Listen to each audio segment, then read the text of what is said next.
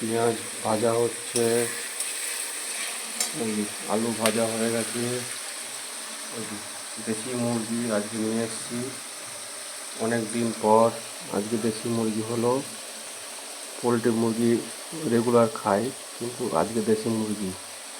মশলা সব মাখানো হয়ে গেছে, আদা রসুন বাটা, হলুদ গুঁড়ো, লঙ্কা গুঁড়ো, কাশ্মীরি লঙ্কা গুঁড়ো, ধনে গুঁড়ো সব একসঙ্গে দেওয়া হয়ে গেছে।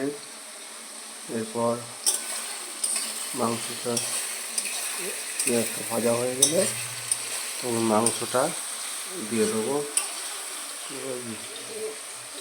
দেশি অরিজিনাল দেশি মুরগি, দেশি মুরগির টেস্টই আলাদা। দিয়ে দিলাম, কড়াইয়ে নাড়ছি।